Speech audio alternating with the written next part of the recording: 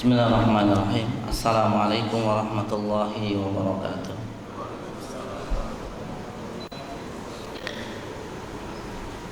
Innal hamdalillah nahmaduhu wa nasta'inuhu wa nastaghfiruh wa na'udzu billahi min shururi anfusina wa sayyiati a'malina. Man yahdihillahu fala mudilla lahu wa man yudlil fala hadiya lahu.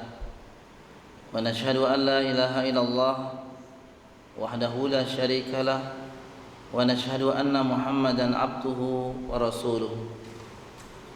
Allahumma salli ala Muhammadin wa ala ali Muhammad. Qala Allahu azza wa jalla ya ayyuhalladzina amanu taqullaha haqqa tuqatih wa la tamutunna illa wa antum muslimun.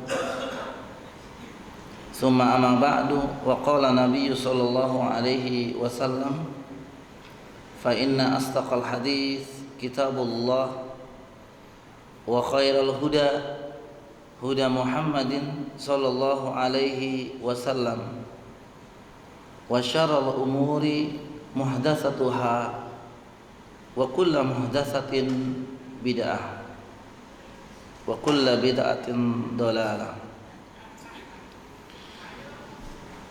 Nashkurullah azza wa jalla. Para jamaah sekalian, kita awali pertemuan di pagi hari ini dengan memanjatkan syukur kita kepada Allah Subhanahu wa taala alladzi qad manahana nikmatan wasi'atan, di mana di pagi hari yang mulia ini Allah masih memberikan kepada kita nikmat yang begitu luas, nikmatan katsiratan, nikmat yang banyak, nikmat yang tidak terhitung jumlahnya. Wa in tuhsuha wa in ta'uddu ni'matallahi la tuhsuha. Jika kalian ingin mencoba menghitung, mendata nikmat yang Allah Subhanahu wa taala berikan kepada kalian, la tuhsu, niscaya kalian tidak bisa menghitungnya. Karena jatamiu fi hadzal makan al-mubarak insyaallah. Dengan nikmat yang Allah berikan di pagi yang mulia ini, kita dikumpulkan kembali di tempat ini insyaallah. Bi hadhihi al-fursah al-jamilah al-mubarakah. Dan mudah-mudahan pagi yang mulia ini adalah waktu yang dimuliakan dan waktu yang diberkahi oleh Allah Subhanahu wa taala. Amin. Nikmat yang agung di antaranya adalah nikmat tentu yang menghantarkan kita di tempat yang mulia ini, di pagi yang sejuk ini. Mungkin sebagian kaum muslimin belum mendapatkan nikmat ini di pagi hari ini, di pagi hari ini. Ini nikmat kuatnya iman, nikmat kuatnya keimanan yang ada di dada-dada kita semua. Dan inilah sebenarnya modal utama dan modal pokok untuk hidup dan kehidupan kita di permukaan bumi ini, yaitu keimanan. Dengan iman ini, para jamaah sekalian, dengan iman yang kokoh ini sebagai modal utama untuk menjalankan atau untuk menempuh hidup di permukaan bumi ini. Karena tanpa keimanan, seseorang akan dengan mudah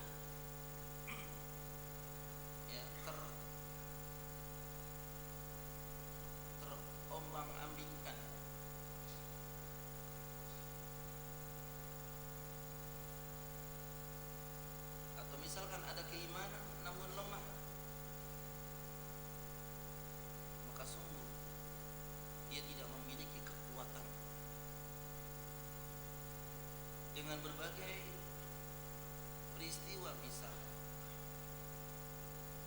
khususnya di akhir-akhir ini. Modal utama kita adalah keimanan kepada Allah Subhanahu wa taala.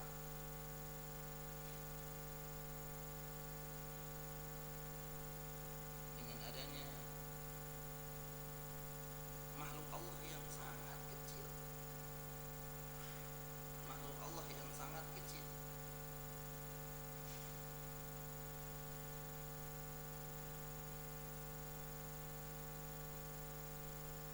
apa namanya Pak? Bapak besar Ustadz Purnama Mahalan.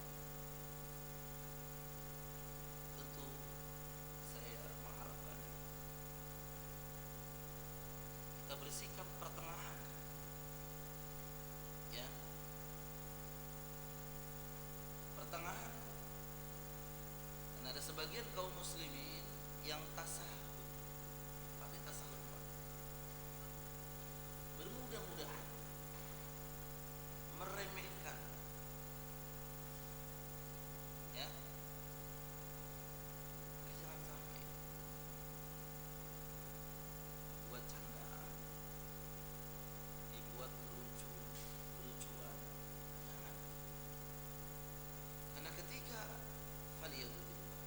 Allah tampakkan itu di dekat kita, dekat banget, tentu kita akan merinding. Jangan jadi candaan. Karena ini memang makhluk Allah, kita yakini itu adalah makhluk Allah yang Allah Subhanahu wa taala ciptakan. Maka jangan kita menganggap, ya, meremehkan apa yang diciptakan oleh Allah Subhanahu wa taala sekecil apapun.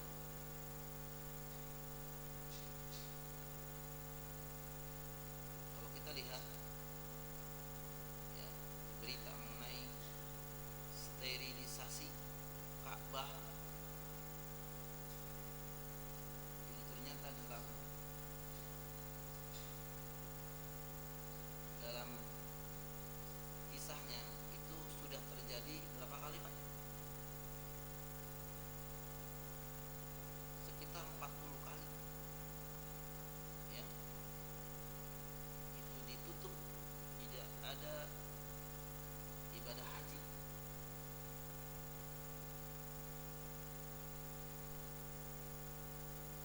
Dan di antara sebabnya, ya, di antara sebabnya adalah selain dari perselisihan Bani Abbas misalkan dengan Bani Abid, kemudian juga penduduk Hijaz dulu pernah dilarang untuk berhaji. Namun yang hampir mirip dengan kejadian pada hari ini adalah ketika pada tahun 1814 itu pernah terjadi wabah penyakit taun, sehingga sekitar 8.000, insyaallah, berapa? 8.000 manusia menjadi korban penyakit taun.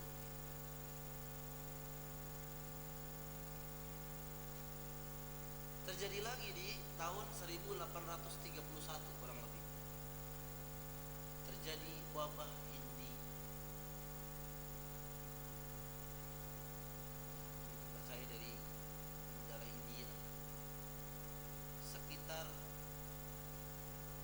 3/4 jamaah haji meninggal pada tahun itu. Insyaallah 3/4 berarti lebih dari setengah meninggal. Jangan, bapak-bapak pasti mengetahui ketika musim haji jumlah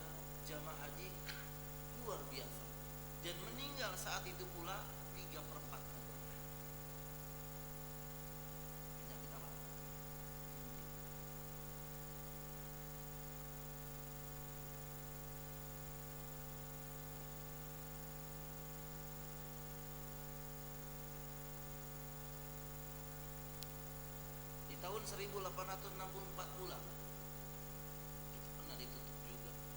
Madinah mengalami apa namanya, di 1000 penziarah meninggal per hari karena ada penyakit, ada wabah penyakit yang sangat berbahaya.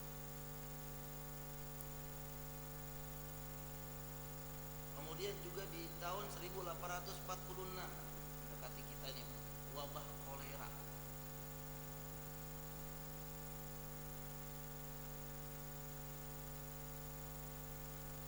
Bahkan ini berulang di tahun 1850.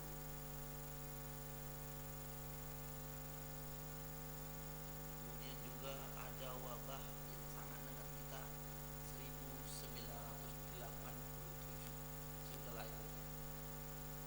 Meninggal 10.000 jemaah haji terinfeksi meningis. Ya, meningis. Tahun 2020 baru ada kabar. Tapi jangan bikin kabar baru. Sehingga teman-teman yang mungkin sudah mendaftarkan untuk berangkat ibadah umroh bahkan mungkin haji di tahun ini, mereka ikut galau gara-gara berita yang kita sampaikan kepada mereka, yang berita ini belum terbukti kebenarannya. Maka sekali lagi Bapak Ibu sekalian rahimakumullah, menjadi dasar dan fondasi kita adalah keimanan. Jadi kita sampaikan tadi, sikap kita terhadap apa yang terjadi pada hari ini adalah pertengahan. Yang pertama, tidak boleh tasahul, bermudah-mudahan, sikap meremehkan,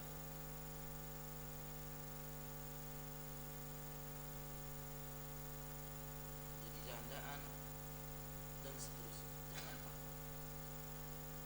Nah, tentu sekecil apapun yang diciptakan, sekecil apapun yang terjadi, ini adalah ciptaan Allah Subhanahu wa taala. Sikap yang kedua, tidak boleh juga terlalu berlebih-lebihan. Berlebih-lebihan sehingga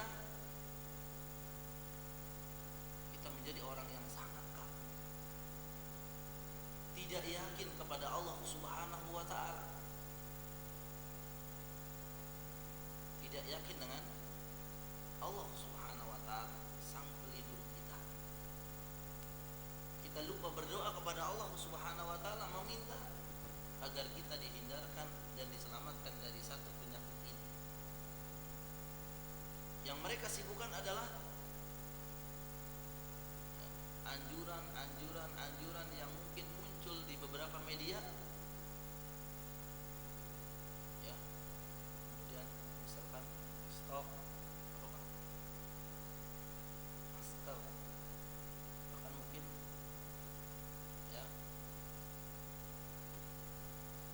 sampai menimbun, alhamdulillah, menjual dengan harga yang tinggi. Jangan saudara-saudara kita itu membutuhkan, sampai lupa kepada Allah Subhanahu wa taala, sang pemberi penyakit dan sang penyembuh. Maka sembari Bapak Ibu sekalian kita berdoa kepada Allah Subhanahu wa taala, kemudian juga kita berusaha secara jangan maksimal, tentu tidak berlebihan, untuk mencegah datangnya ya penyakit ini, khususnya keluarga kita, bahkan mungkin secara umum di lingkungan kita.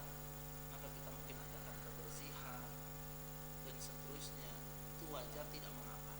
Namun kalau sampai berlebih-lebihan, sampai misalkan seminggu ini tidak boleh keluar kemana-mana, semua warga. Ya Pak, bingung Pak RT-nya. Semua anak gak boleh keluar satu pun, gak boleh sholat jamaah di masjid. Ya, salaman pakai kaki ya. Ya. Kalau salaman bukan mahram memang gak boleh. Tapi kalau sama-sama laki-laki, oleh karena itu sekali lagi pada jamaah sekalian, ya sikap kita adalah pertengahan. Ya, sembari kita berusaha pula untuk menghindarkan dari satu penyakit ini, karena memang ini datangnya hak benar adanya. Oleh karena itu tidak boleh menjadi candaan, namun juga tidak boleh berlebihan. Tetap kita berpatokan bahwa yang mendatangkan dan yang menghilangkan penyakit itu siapa? Allah Subhanahu wa taala. Allah Subhanahu wa taala. Baik para jemaah sekalian rahimakumullah, kita ingin melanjutkan pembahasan kita alhamdulillah di pertemuan yang lalu sampai di bab ke-8, ma jaa fi ruqa wa tama'im, yakni bab mengenai tentang ruqyah dan tamimah. Ya, disebutkan di pekan yang lalu bahwa yang disebut dengan ruqyah adalah membacakan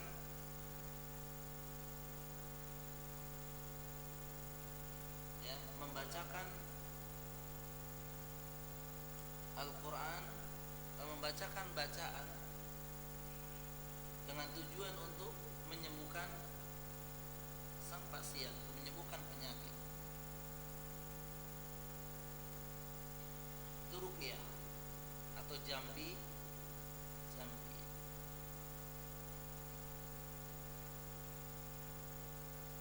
Kemudian juga kita sebutkan kemarin makna dari tamimah, yakni sesuatu yang dikalungkan di leher anak-anak dengan tujuan untuk menolak penyakit. Sekarang ada ya Pak, dengan adanya virus corona ini banyak yang menggantungkan benda-benda aneh. Udah mendapatkan belum? Ditanya kenapa kok ini biar tidak terkena virus corona, digantungkan raja-raja, digantungkan ya segala apa yang dengan tujuan untuk menghilangkan dan menolak satu penyakit. Kemudian juga disebutkan pengertian dari tiwalah.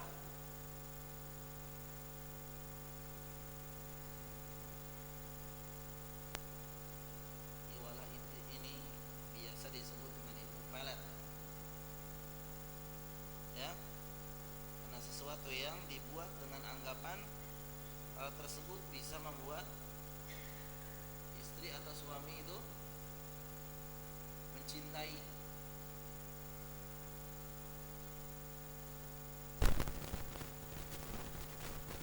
Ruqyah, tamimah dan tiwalah tanpa ada pengecualian disebutkan oleh Nabi sallallahu alaihi wasallam merupakan perbuatan kesyirikan.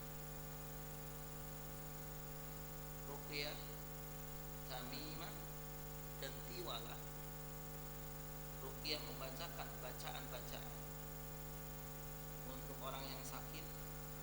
Kemudian tamimah, jimat yang dikalungkan di leher atau di bagian manapun, bahkan mungkin bisa digantungkan di tempat-tempat yang lain, kendaraan kita, rumah kita, dan apa saja dengan tujuan untuk tolak bala, maka itu disebut dengan tamimah, jimat. Dan tiwala, jadi anggapan ya, dengan sesuatu tersebut, barang tersebut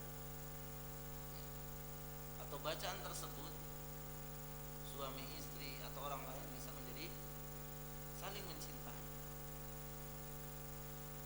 Maka ketiga ini disebutkan secara umum oleh Nabi SAW tanpa pengecualian, itu merupakan perbuatan apa? Kesyirikan.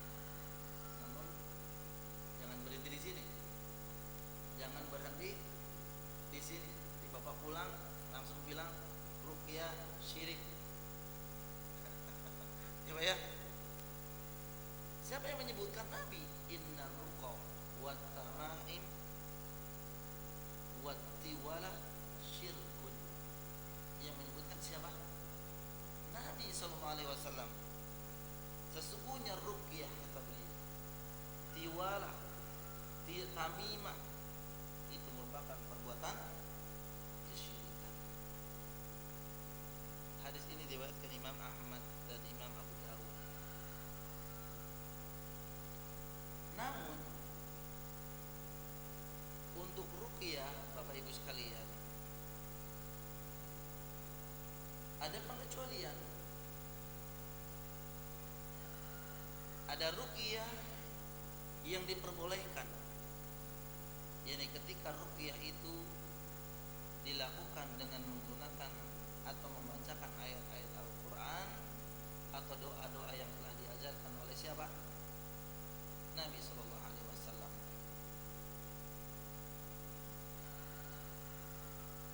Untuk mengobati apa? Mengobati seluruh penyakit. Jadi Bapak Ibu sekalian, ini ada pengecualian untuk ruqyah. Untuk mengobati segala penyakit. Jadi bukan ruqyah itu tidak identik dengan apa Pak? Kesurupan. Tidak identik dengan kesurupan. Di kita mengidentikan sesuatu yang kadang menjadi kebiasaan. Kalau ada orang kesurupan, ruqyah. Namun adalah penyakit yang lain, dokter. Gitu ya Pak. Sedangkan tidak, ruqyah itu digunakan untuk seluruh penyakit, dan termasuk penyakit apa ini? Corona. Karena kemarin kita sebutkan bahwa ada 3 kategori ruqyah yang dibolehkan atau persyaratan. Masih ingat Pak? Yang pertama,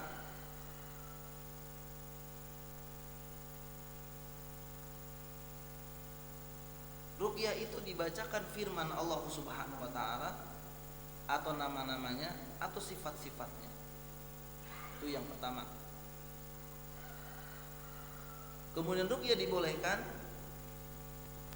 ruqyah dengan bahasa Arab atau dengan bahasa selain Arab yang dipahami. Nah,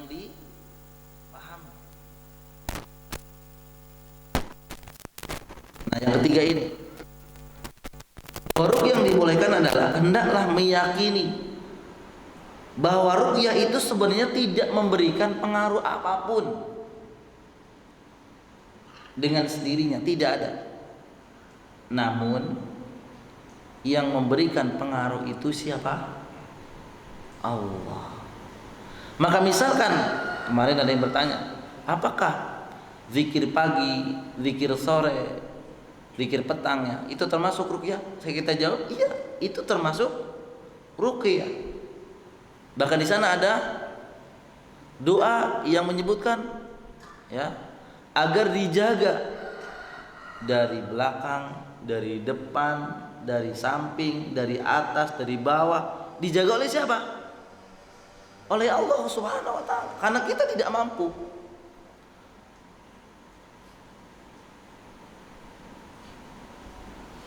Dan tentu dengan doa ini meyakini bahwa yang bisa menghalangi kita dari maudarat itu siapa? Allah Subhanahu wa taala. Maka kita bisa lakukan, ibu dan bapak sekalian, meruqyah diri untuk menghindarkan diri dari penyakit corona ini dengan membaca zikir pagi dan zikir petang, atau minimal zikir-zikir yang telah diajarkan oleh Nabi SAW. Ya, tidak sebanyak yang zikir ini, biasanya satu buku kalau zikir, ya beberapa lembar, bukan satu buku. Zikir pagi, zikir petang. Kemungkinan Bapak bilang, mengatakan, aduh saya tidak ada waktu Ustaz. Kan bisa. Banyak dalil yang menunjukkan, misal yaitu membaca surah Al-Baqarah 255. Pernah baca surat ini Pak? Sering. Ayat kursi 255 surah Al-Baqarah. Jelas dalam hadisnya, barang siapa yang membaca ayat ini, ayat kursi ini, Allah jaga. Masya Allah Pak, Allah jaga. Kemudian juga membaca 3 surat terakhir dari Al-Quran, atau membaca surah Muawwidzatain.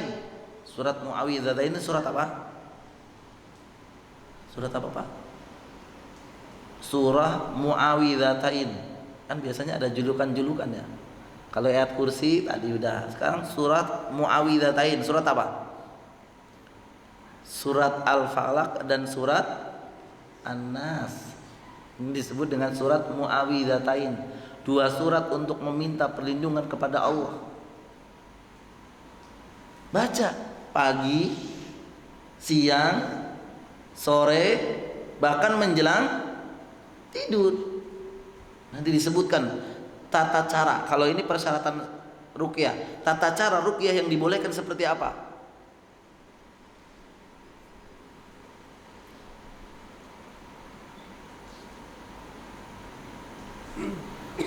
Sekali lagi, doa-doa yang kita panjatkan itu tujuannya untuk apa Bapak sekalian? Untuk kita meminta perlindungan kepada Allah dari segala mara bahaya. Mara bahaya itu semuanya, termasuk masalah penyakit. Bahkan sebenarnya penyakit yang sangat berbahaya itulah penyakit apa yang kita pelajari ini, yaitu kesyirikan. Ya karena kita kan inginnya ditampakkan, begitu ya Pak ya. Makanya kemarin saya lihat satu tulisan yang Masya Allah ya, menghujam. Tulisannya mungkin kurang lebih seperti ini: andai siksa kubur itu atau siksa api neraka itu ditampakkan, sebelumnya sih dengan ditampakkan corona, maka mereka semua pakai masker. Gitu ya Pak. Andai ditambahkan siksa kubur atau siksa neraka, pasti semua pakai jilbab, kayak gitu Pak. Artinya kita tuh pengennya yang ditampak-tampakkan saja. Karena demikianlah sebenarnya Bapak Ibu sekalian, bahwa kejadian-kejadian kelak di hari kiamat itu yang berbicara bukan zahirnya, tapi keimanannya. Saya contohkan gini, pagi ini tadi kan enaknya tidur ya Pak, betul nggak Pak? Tidur enak gitu. Tapi kenapa Bapak kok udah bangun jam 4:30, bahkan mungkin sebelumnya, kemudian ambil wudhu dan kemudian jalan, atau bahkan mungkin ambil mobil, ambil motor ke sini? Apa yang menggerakkan itu siapa Pak? Iman, keimanan. Nah itu maksudnya keimanan. Jadi untuk melawan hawa nafsu itu keimanan.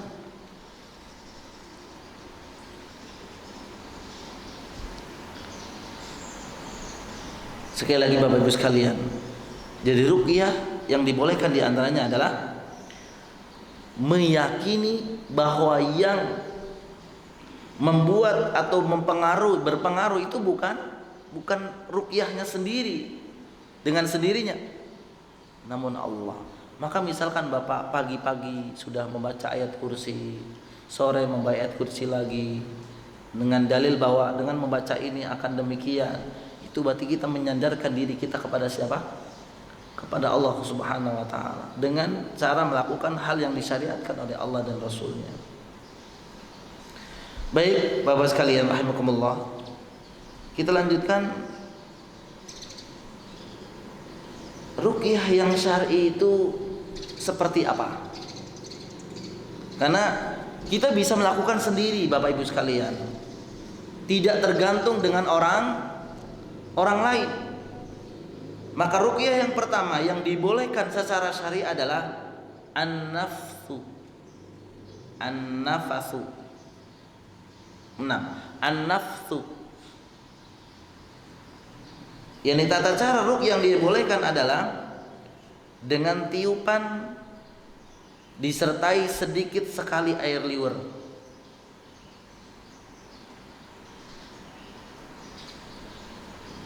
Dan ada pula yang mengatakan tanpa air liur sama sekali. Jadi dengan tiupan.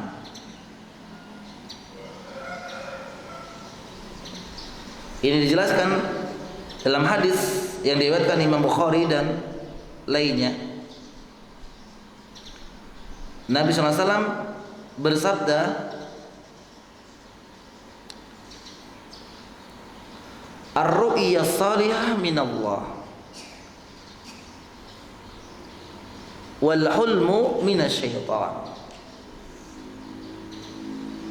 Mimpi yang baik itu dari Allah, dan mimpi yang buruk itu datangnya dari syaitan. Fa idza ra'a ahadukum syai'an yakrahuhu falyanfith hina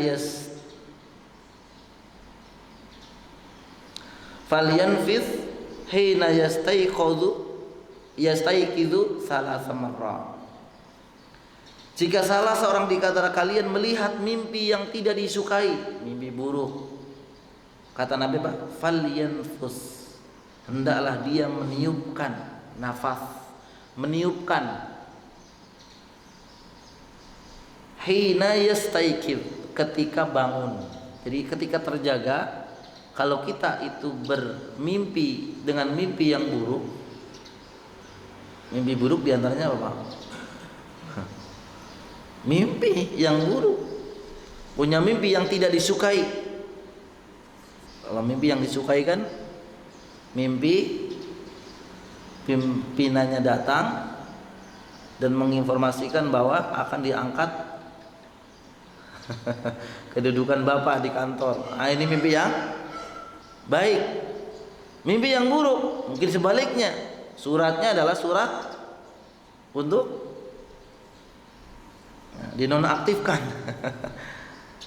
Maka kata Nabi, falyanfus hina yastayqidh salasa marrat. Fi riwayah dalam hadis dan riwayat lain, falyabsuq an yasarihi. Yani perintah Nabi SAW ketika bangun itu meniupkan sebanyak 3 kali. Dalam riwayat lain, hendaklah ia meludah ke arah yasarihi, kiri, sebelah kiri.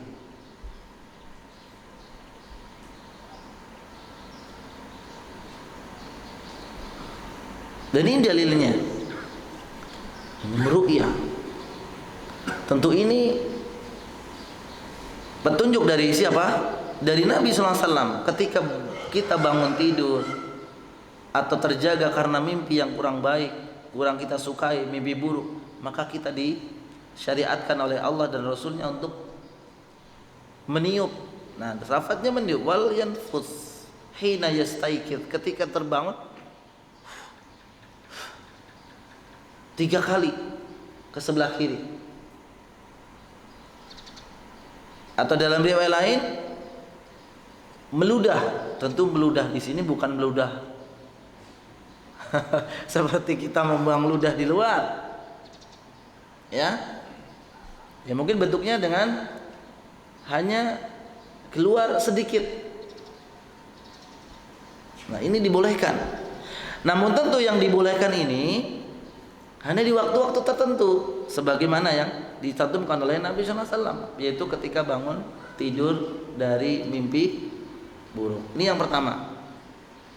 Nah, sekaligus ini petunjuk bagi kita, Bapak Ibu sekalian. Manakala kita mendapati mimpi yang buruk, falidzubillah, maka ketahuilah itu mimpi dari syaitan. Dengan langkah apa? Langkah ini, apa yang diajarkan oleh Nabi SAW. Di samping itu juga, ketika kita mimpi buruk, itu langkah kita selain dari apa yang diajarkan oleh Nabi SAW itu dengan meludah ke sebelah kiri atau meniup ke sebelah kiri 3 kali, maka tidak perlu dan tidak boleh menceritakan mimpi buruk kita kepada siapa? Orang lain. Kenapa Pak? Kenapa kok tidak disyariatkan untuk menceritakan orang lain kalau mimpi buruk? Kenapa Pak?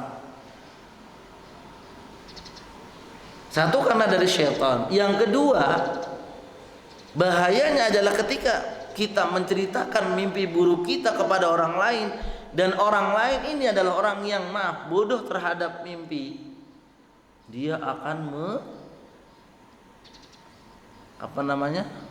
berprasangka, jangan-jangan kamu nanti begini, sepertinya kamu itu ada tanda seperti ini. Sehingga dia tidak bisa tidur, terus dipikirkan. Ketika dipikirkan terjadi innallaha inda dhanni abdi bi, kata Allah Subhanahu wa taala dalam hadis qudsi. Sesungguhnya Allah itu sesuai dengan prasangka hambaku kepadaku. Maka dengan tidak diceritakan, maka dengan sendirinya itu akan hilang. Ini yang pertama. Yang kedua, cara ruqyah yang disyariatkan, dibolehkan adalah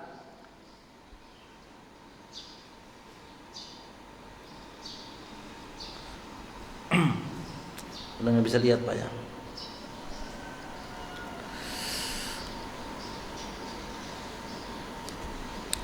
At-taflu. Yang disebut dengan at-taflu adalah dengan meniup disertai air liur, namun tidak sampai derajat meludah. Ya, meniup disertai air liur tapi tidak sampai derajat meludah. Sebagaimana kisah Abu Sa'id Al-Khudri, ya, di mana disebutkan maka sahabat yang meruqyah meludah dan membaca alhamdulillahirabbil alamin, hingga seakan-akan orang yang tersebut baru saja lepas dari ikatan. Jadi ketika kisah para sahabat itu apa Pak? Dalam perjalanan mampir di satu daerah dan kemudian meminta kepada pimpinan daerah itu untuk meminta makanan sekedar, namun tidak dikasih. Namun di waktu yang bersamaan di antara warganya itu terjadi tersangat Pak? Berbisa, binatang berbisa. Maka dipanggillah Ibnu Mas'ud ini, ya, dari rombongan itu.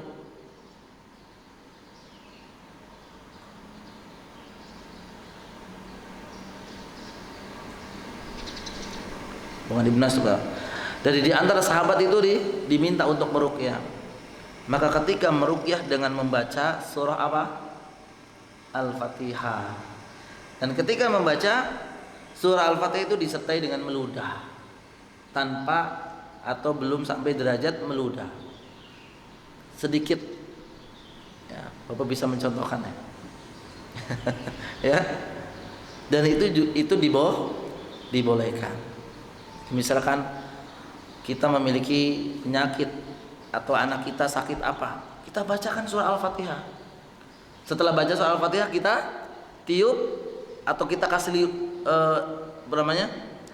tapi meniup disertai dengan air liur, ya, 3 kali.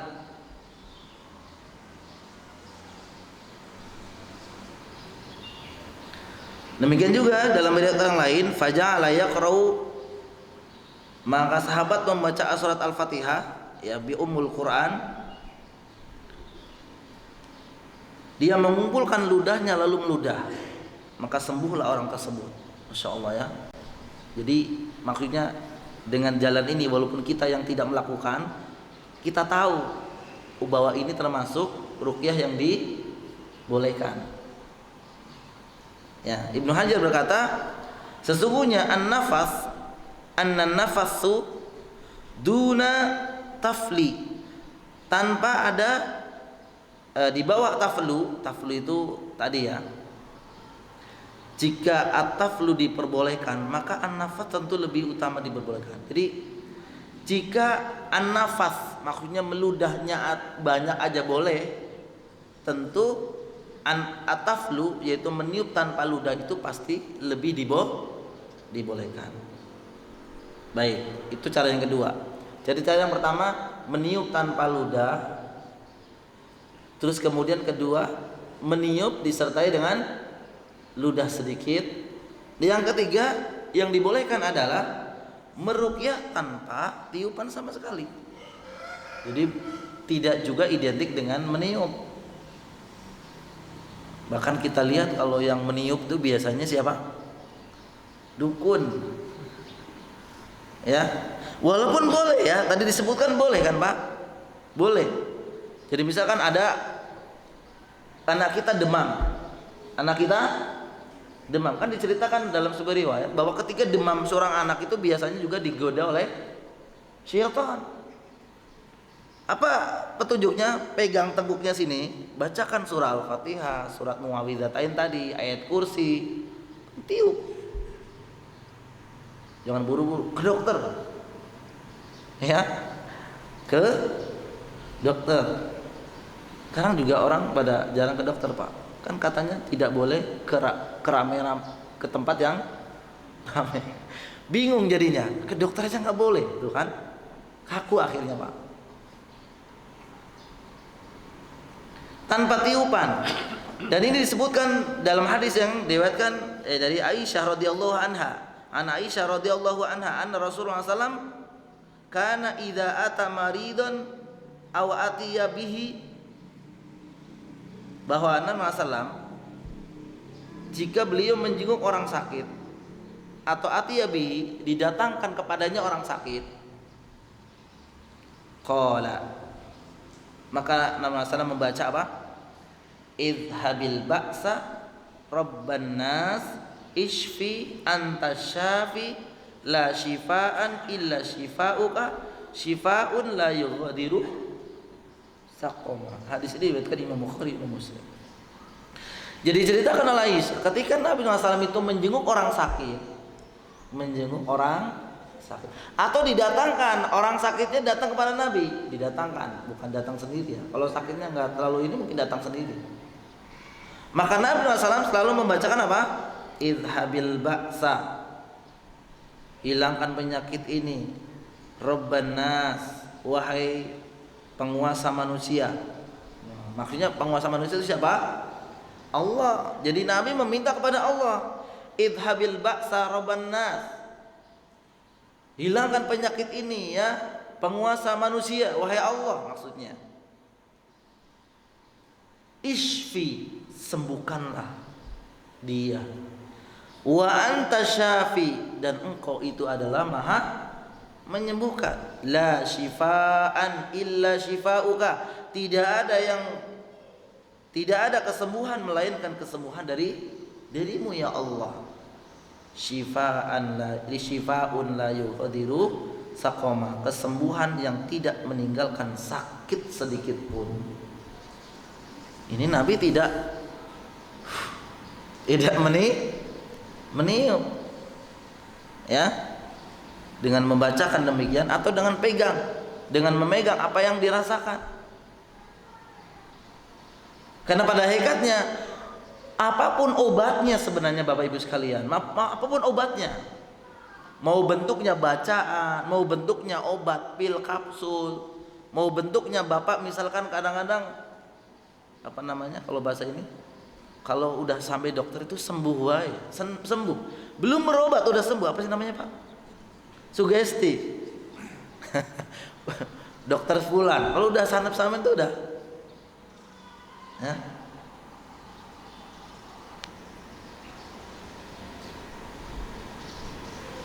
Itu sembuh. Sebenarnya itu bukan yang menyembuhkan, bukan obatnya, bukan kapsulnya, bukan bacanya, bukan. Tapi yang menyembuhkan siapa? Allah. Jadi Bapak Ibu jangan melihat obatnya. Kalau memang melihat obatnya biasanya jadi timbul keraguan-raguan. Betul tidak? Betul. Kalau udah keraguan-raguan, ya Allah juga akan ragu. Ngapain juga? Ngapain juga? Ruqyah yang syar'i, walaupun ruqyah yang syar'i, kalau memang si peruqyahnya tidak yakin, atau yang diruqyah juga meminta tidak yakin juga, ya tentu sepertinya tidak akan bisa. Namun apapun obatnya, apapun cara penyembuhannya sesuai syariah, itu tentu kita tidak mengimani bahwa obat itu yang menyembuhkan, tapi yang menyembuhkan itu Allah. Maka maaf Bapak Ibu sekalian ya, ketika mungkin ada orang yang penyakitnya bertahun-tahun, misalkan Bapak dikasih tunjuk, tuh dokter sana rumah sakit ini itu dulu ada pasien yang seperti Bapak itu sembuh, Bapak kesana, model keyakinan tapi keyakinan yang separoh. Keyakinan separohnya itu karena biayanya besar. Itu juga datangnya sekali, karena memang sebab untuk penyembuhan itu bukan hanya yakin saja, ternyata secara ilmiah pun ada. Makanya kemarin kita sebutkan satu sebab. Pernah datang pada Nabi SAW mengeluhkan penyakit sakit perut. Kata Nabi apa? Suruh minum madu. Dia kembali lagi, wahai Rasulullah masih sakit. Kata Nabi, minum madu lagi. Datang lagi, besok lagi 3 kali, ya Rasulullah masih sakit, minum madu lagi. Setelah itu sembuh. Allahu a'lam. Penyakit dengan obatnya harus sepadan minimal. Jadi misalkan Bapak berobat, katanya dokter yang ini, tapi udah 2 hari ini kok nggak mampu sembuh. Mungkin saja obatnya belum sepadan dengan kitnya. Jangan langsung suudzon kepada Allah. Itu Nabi ketika datang laki-laki sakit perut itu minum madu, datang lagi besok minum madu. Nah, ini menunjukkan para ulama mengatakan bahwa obat itu ya istimror, harus ada sabar. Kalau langsung sembuh bim salabim ya nanti dokter nggak akan ramai seramai sekarang apalagi. Ya, karena semalam saya ngantar anak saya, kemarin sebenarnya diantar kemarin siang jam 2, dokternya belum ada, anak istirahat. Ketika ditanya ternyata yang datang yang jumlahnya puluhan itu belum daftar juga, Pak. Bagaimana kalau sekarang menunggu daftar? Akhirnya malam, semalam saya ke sana ba'da isya sudah nomor 102. Daripada akhirnya ditunggu sampai malam.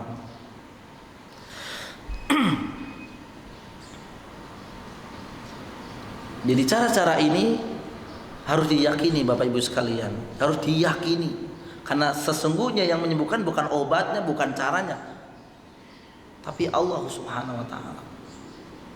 Bahkan ada cerita juga, mungkin kisah Bapak Ibu pernah dengar, ada orang penyakit berat mencari obat yang mahal tapi nggak sembuh-sembuh. Ternyata dari obat yang bukan murah lagi, tinggal petik di samping rumah lagi, sembuh total. Ada nggak, Pak? Ada.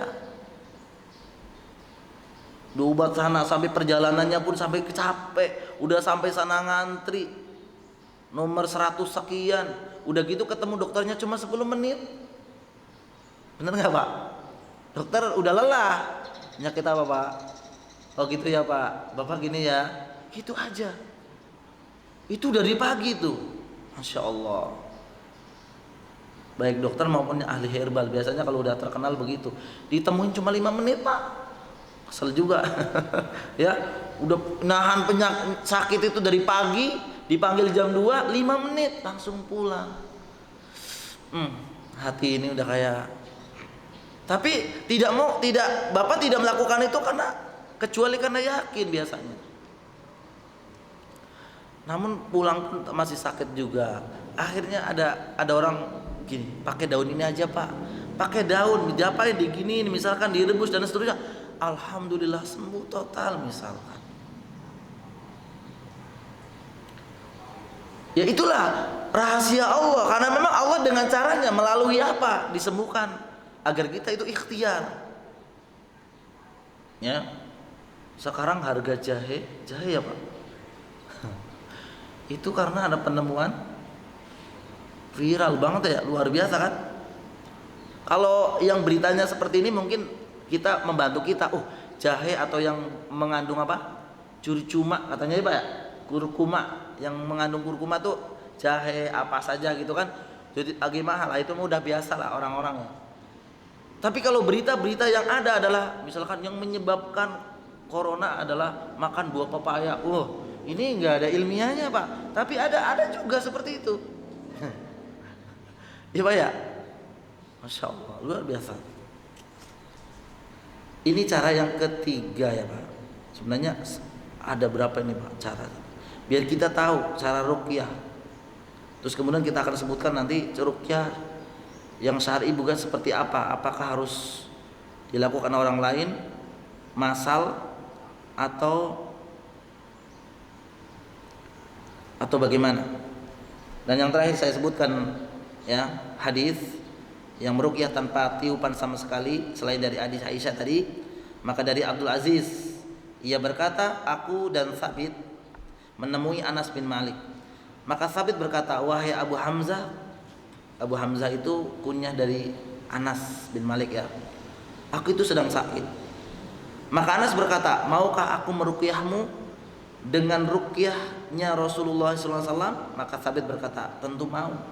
Maka Anas berkata, wahai penguasa manusia, sama bacanya, ya Rabban nas, isfi anta syafi, la shifaun illa shifauka, shifaun la yughadiru saqama.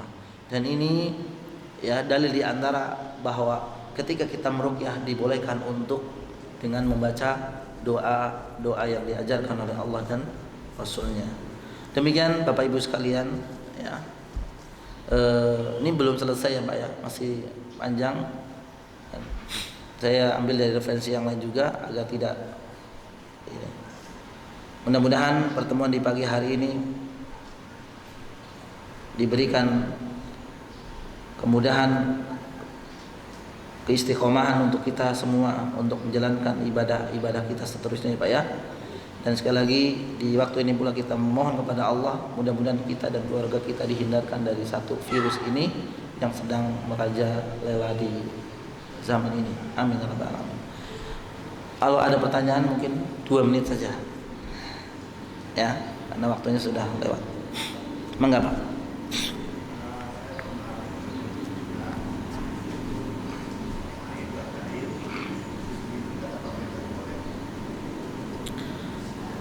Pakai air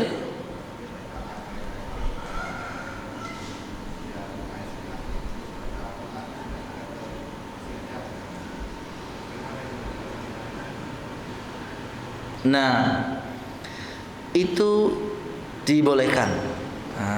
Ya, jadi boleh Pak. Nah, nanti sebenarnya kita ke situ ya Pak ya.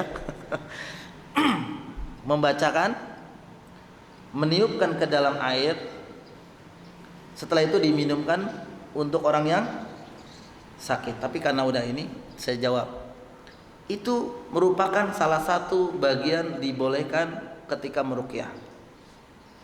Dari Ali bin Abi Thalib radhiyallahu anhu, bahwa Rasulullah SAW sedang sholat, lalu beliau disengat kala jengking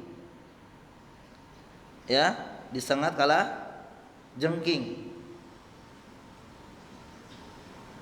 Siapa yang disengat? Siapa yang disengat Pak? Nabi Pak ya, Nabi SAW. La'anallahu al-aqrab. Allah melaknat kalajengking. Kalajengking tidak meninggalkan gangguan kepada orang yang sedang sholat dan tidak juga pada lainnya. Lalu Nabi meminta dengan garam, meminta air dengan garam. Kemudian Nabi SAW mengusap dengan air tersebut dan membaca surat Al-Kafirun, Al-Falaq dan An-Nas. Oh, ini dalilnya Pak. Nabi pernah meminta ya,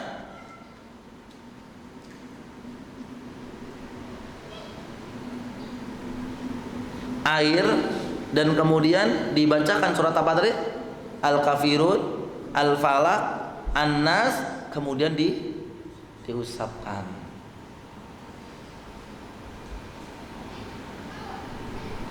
Atau dalam riwayat lain dari Abu Ma'syar dari Aisyah radhiyallahu anha bahwasana Aisyah memandang tidak mengapa dibacakan air lalu air tersebut diguyurkan ke orang sakit. Jadi nggak apa-apa juga.